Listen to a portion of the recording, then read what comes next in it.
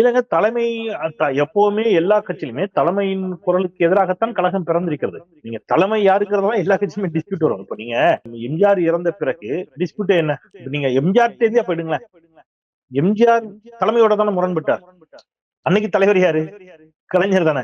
அப்ப தலைமைக்கு எதிராக எம்ஜிஆர் பேசக்கூடாது அப்படி சொல்ல முடியுமா? அவர் முரண்படுறாரு.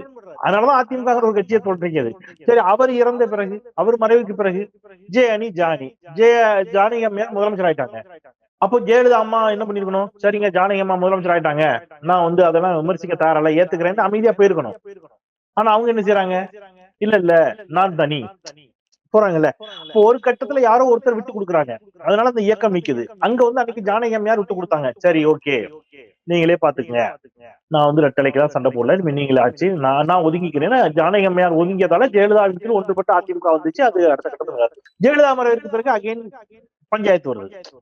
பஞ்சாயத்து இல்லாத அளவுக்கு போகணும் அப்படின்னா ஆளுமை மிக்க தலைவர்களாக இருக்கணும்னு சொல்றாங்க. நான் என்ன சொல்றேன், ஆளுமை மிக்க தலைவர்கள் இருந்த பொழுது இந்த ஸ்பிரிட் எல்லாம் நடந்திருக்குல்ல. எல்லா கட்சியிலுமே சொல்றேன். நீங்க ஜி கே மூப்பனார் காங்கிரஸ்ல இருந்து ஏன் முரண்பட்டார் இல்லையா? அப்போ அன்னைக்கு காங்கிரஸ் தலைமை ஆளுமை இல்லாத தலைமைன்னு அர்த்தமா? அப்படி கிடையாது. நீங்க கலைஞரை விட ஆளுமை மிக்க தலைவர் ஒருவர் உண்டா? ஆனா அவரோடு தான் யார் முரண்பட்டார்? எம்ஜிஆர் முரண்பட்டார். அவரோடு தான் வைகோ முரண்பட்டார். சோ முரண்பாடுகள் என்பது ஜனநாயகத்தினுடைய ஒரு அங்கம், அதுல மாற்று கருத்து இல்ல.